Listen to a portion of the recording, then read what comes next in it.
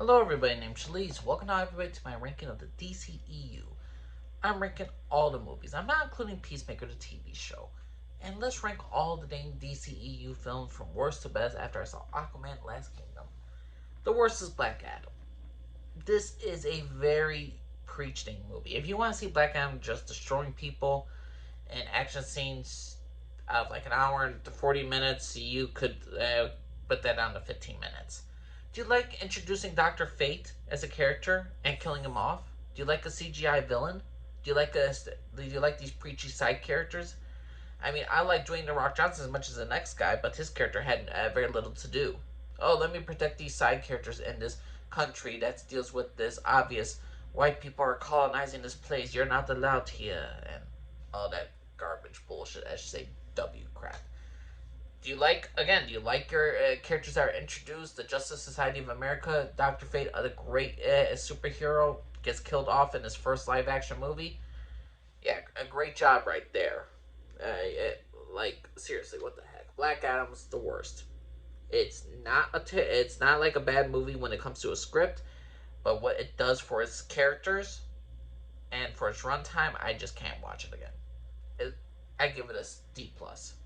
That's it. Black Adam, D plus. The worst of the worst. Number 15, Dawn of Justice. I do not care what people say. Extended edition or theatrical version. Extended edition, 3 hours. Why does Batman fight Superman is stupid. Why is Superman being blamed for people getting killed in the desert? Well, you see in the theatrical version, the people who were killed in the desert, they were just shot up, but people were blaming Superman because they were shot up. But in the extended cut, they burned the bodies. Granted, I may say, hey, look, he burned the bodies and all that stuff, but why is there still bullet holes in the bodies? Why is there evidence? Why don't anyone go against Lex Luthor? Why doesn't Batman investigate this entire scenario since he's so angry at Superman? Why did he talk to a guy on the freaking cell phone? You gotta get everybody out of Metropolis right now. And the boss and the guy, whoever he left in charge, that old man, was like, okay, everybody, we can go out now. You don't leave earlier on. Nothing of this movie made sense. I like Wonder Woman showing up. There are certain things I did enjoy, but overall, it's piss poor. When you get a 2.5, wait, you get a 3 hour version or like 2 hours, it is shit. Dawn of Justice, number 15, don't care. D plus. 14, Shazam Fury of the Gods. Here's the name. I like the growth of Shazam's character. Shazam, the young kid who wants to be called Shazam, he wants a bond with his new adopted family. The first movie is all about him trying to get his family, trying to accept them. Now he's trying to make sure they stay together, even though they're all drifting apart. They're all doing their own things.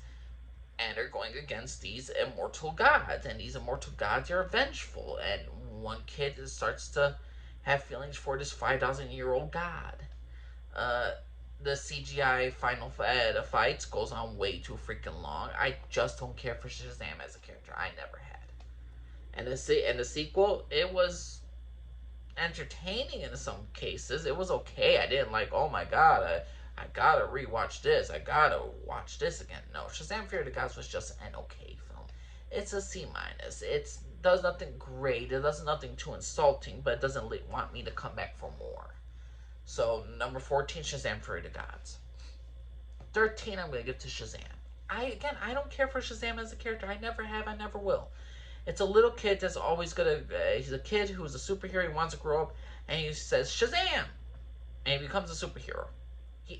A superhero that acts like a kid. It's like the Blue Power Ranger from Turbo. I don't want to see it again. I saw it when I was a kid. Did not want to see it. It made Power Rangers stupid. And Shazam, whether it's Fury of the Gods or Shazam in general, I do not like the Shazam character. If you could give me a darker story with Shazam, I'm all for it. I did not mind the villain in this movie. I understand why. Granted, the wizard, the mentor, I don't know what his freaking problem is. I say, like, what's the point of him? Seriously, you created a villain in this movie.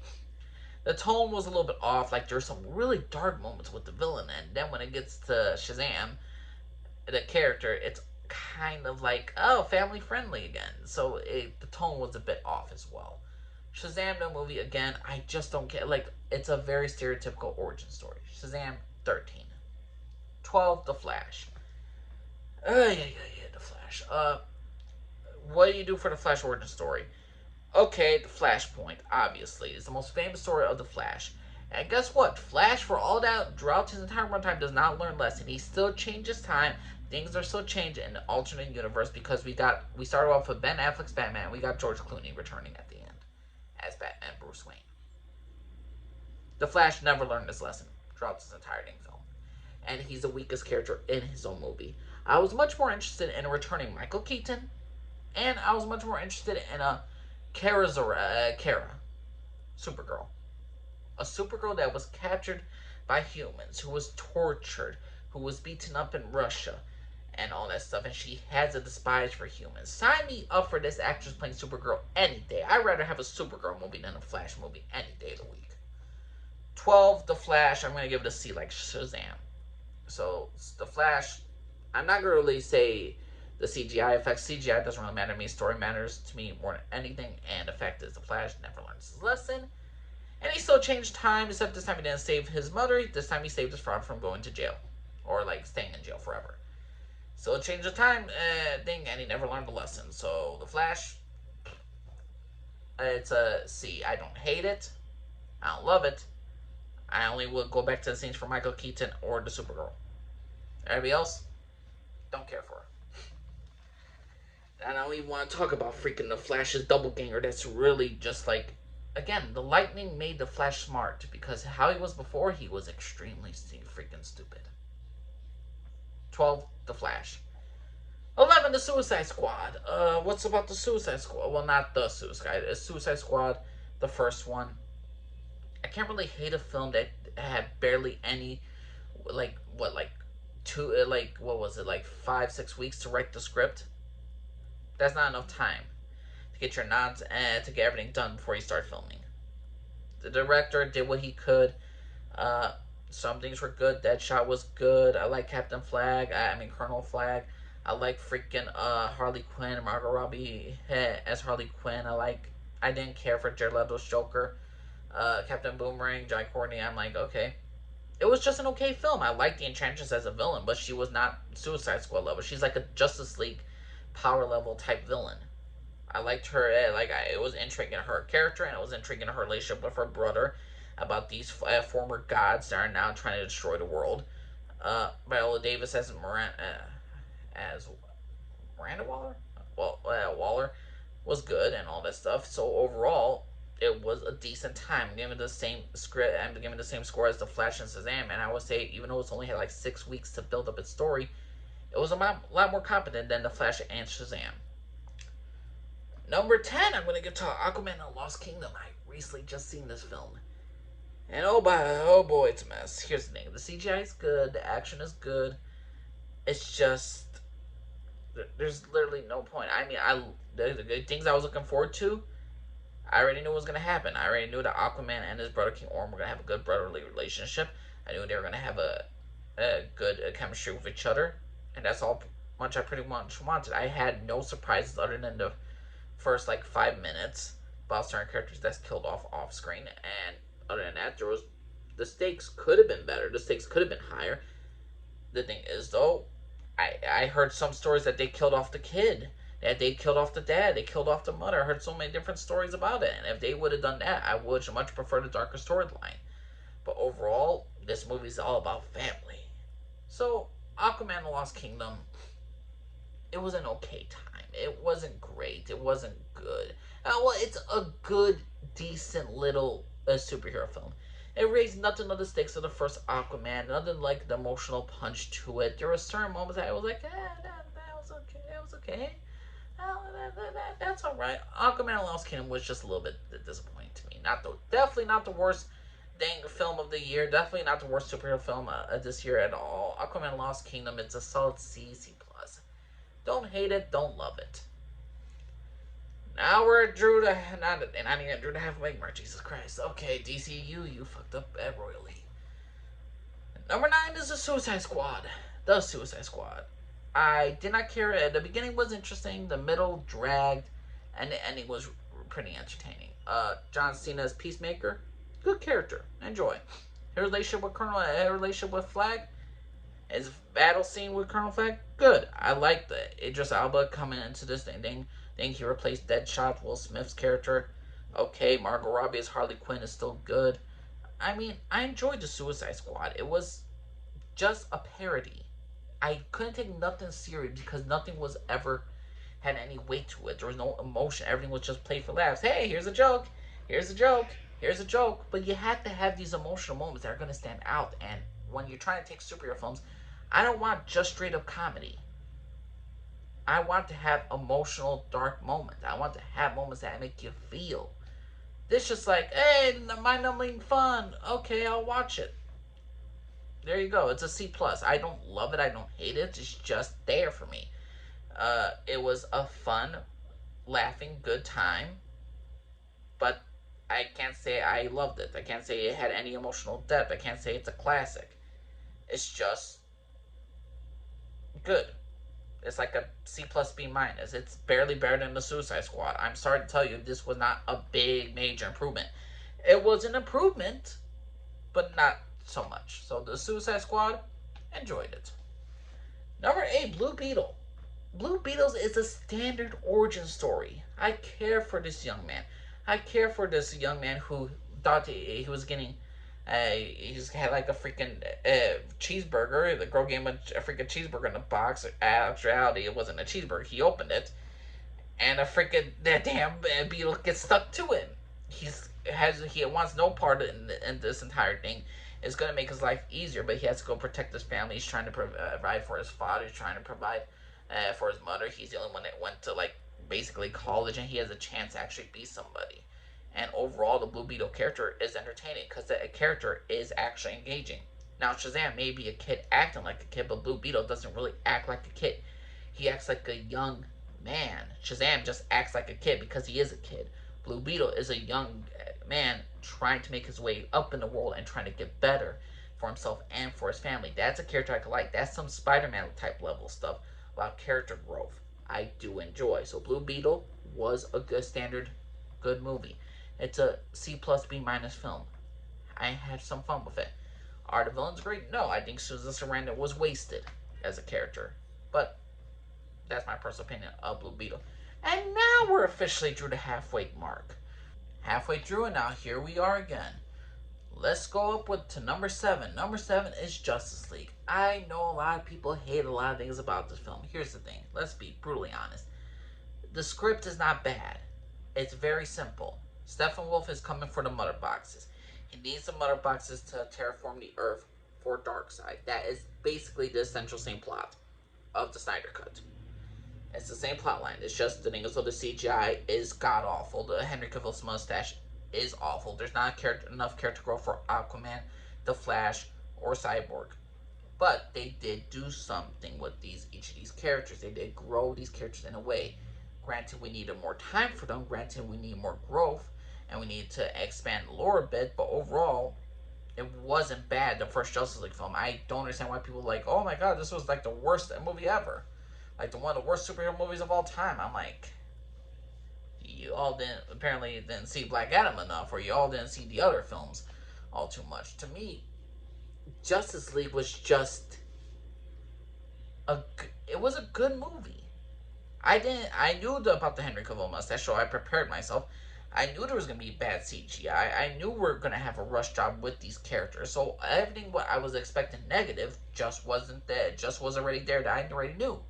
I didn't like see any other negative that I saw. Okay, some bad CGI, not enough character growth. I understand that. I knew Henry Cavill's mustache was gonna be an abomination. Everything else was pretty decent though. There's certain lines were just freaking cringe, but it's not like the worst thing film.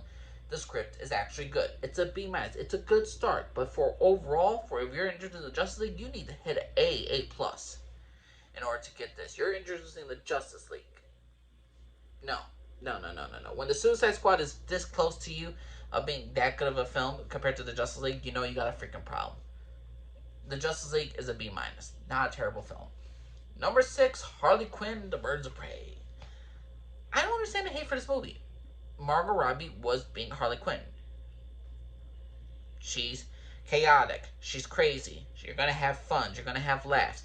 She has a connection to a little girl. She becomes like a not like a mother figure, but she has her moments with these little girls, and there's the other women in this dang film that you get also that will form the Birds of Prey. Think of the Birds of Prey pre-origin before they all get together. Do you all like these characters how they're casted? That's up to you. But to me, it was not like, oh, I wasn't interested. Like, I saw Harley Quinn, the emancipation of Harley Quinn. Okay, she's getting away from the Joker. I like Ian McGregor's Black Mask. Wish they didn't kill him off, but either way, I enjoyed overall the story because I expected a fun time. There was some serious moments. There was some really touching moments. I couldn't predict every single scene that was going to happen. I predicted every single thing that was going to happen in Shazam, and both Shazam movies. I predicted what was going to happen in the Flash for the most part, and I knew what was going to happen in the Suicide Squad, the first one, and Aquaman: The Lost Kingdom. This movie wasn't predictable. It had a good, decent story. It had a good couple laughs, some emotional good moments, some good moments from acting from Margot Robbie. I can't say this is a terrible film. It wasn't. It's a B minus. It's a good film. The overall hate for this film, don't understand it. We'll never will. Number 5, Wonder Woman 1984. Another film that people shit upon. Another film that people are like, oh god, this film was awful. Can't I, like, it's way too damn long. It's all about wishes, about what do people want, what do people desire. Woman's desire is love of her life back. A guy, and people say, well, she needs a guy to help her make her feel alive. This is the person that she connected to into this world. This is not just some guy. It is an ultimate love. And if people don't experience that in their lives, or people can't understand that, I don't understand. The Wonder Woman is just more just like Wonder Woman is a great character, but a good part of her character is her devotion to helping people, her devotion to but the people before her needs. In this movie, she does do that. She helps. She saves the world from a mistake that she has done. Like, even though we could all want our wishes, we all must cherish what we truly want. And what Wonder Woman wants, even though she must give up Steve Trevor something that she wants personally, what she wants most, but to all the ultimately end of the day, what she wants to do is to save lives, to make sure people are happy and they're safe and secure. And in doing so, she will not allow the people that she loves. She will not allow love to conquer her completely and make her lose her mind and not see what is the true right path of to helping people and to sacrifice everything that you once loved in order to make the world right again. That's who Wonder Woman is, 1984. I like Cheetah. I understand where this character was coming from. I understand why she was going to turn on Diana, why she became the way she was. I understand completely a lot of the characters. Pedro Pascal's character, I liked his character as well. I liked him as a villain. I understood completely where everything was going. Did it drag out a couple times? Yes, but it was not a bad film. Wonder Woman 1984 is a B. It's a good film. It's not the greatest superhero film of all time, but it was a good film. Wonder Woman 1984, underrated to me. So me. Number 4, Aquaman. I love the first Aquaman movie. When I saw it, I loved it. Saw it a second time, I'm like, okay, I don't love it as much as I once did, but I still do enjoy it. Aquaman starring Jason Momoa. We get his origin story. You know what I liked about the Aquaman movie? It's not just a typical origin story. We're learning about a different world. We're learning about Aquaman's entire life, his mother, his father, his half brother. His interaction with his half brother is downright interesting, which they expand upon in the second film.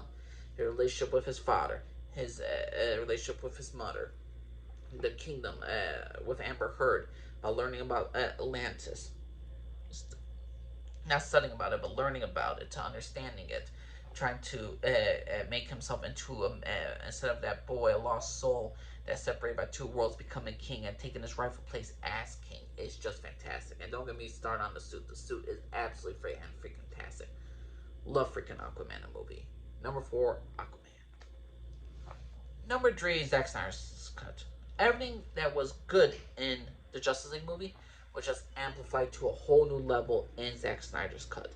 Zack Snyder in this dang film, in the Justice League, he expanded upon freaking Aquaman's character, the Flash's character. Cyborg has a much more integrated part. He had an integrated part in the first one. This one they integrated a lot more. We get more expansion into Bruce Wayne, into Wonder Woman, their character growth. We get more into Darkseid, Steppenwolf's backstory, how he's so devoted to Darkseid to really to honor him.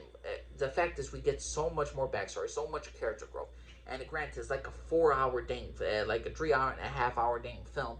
It is still a must watch, just because of how much character depth it is. This is like an extended version of the Lord of the Rings movies, and even though I will never say it's as good as the extended edition of Lord of the Rings movies, it just provides as much as you want in an extended edition. You want character growth. You want character development. You want villain character. You want villain development. You want villain character growth.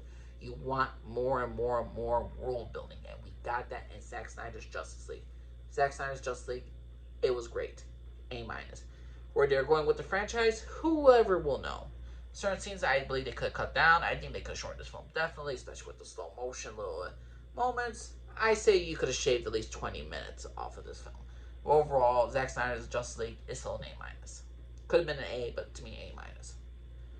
Number 2, Man of Steel. I don't understand what people say what this film is. It's an origin story of Man of Steel. It goes into a realistic way of who Superman is. How would this child grow up? How would he be tormented? How would people look at him? Why would Jonathan Kent want him to reveal himself to the rest of the world? When he's finally evolved into the real world, and when he has to reveal himself, he has to fight Zod, a Kryptonian. He has to kill this Kryptonian. He has to wipe out these people that are of his blood, who want to wipe out his home world. The action scenes are intense. They're realistic to how Kryptonians would fight, and I overall love this entire movie. It's an A minus for me. Love this film. Man of Steel, number 2. Don't understand the hate for this film. It is my third favorite Superman film. Doesn't beat the first original Christopher Reeve, and it does not beat Superman 2, the Richard Donner's cut. Number 1 is Wonder Woman. I love this film. It's a nice period piece.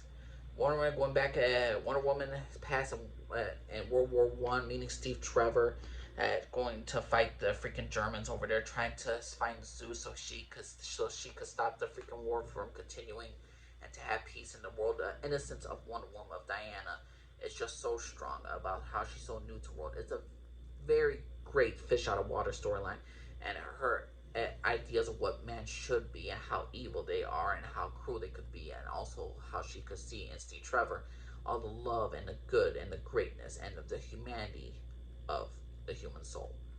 I love Wonder Woman. It's a great film. It's an A plus. Love it.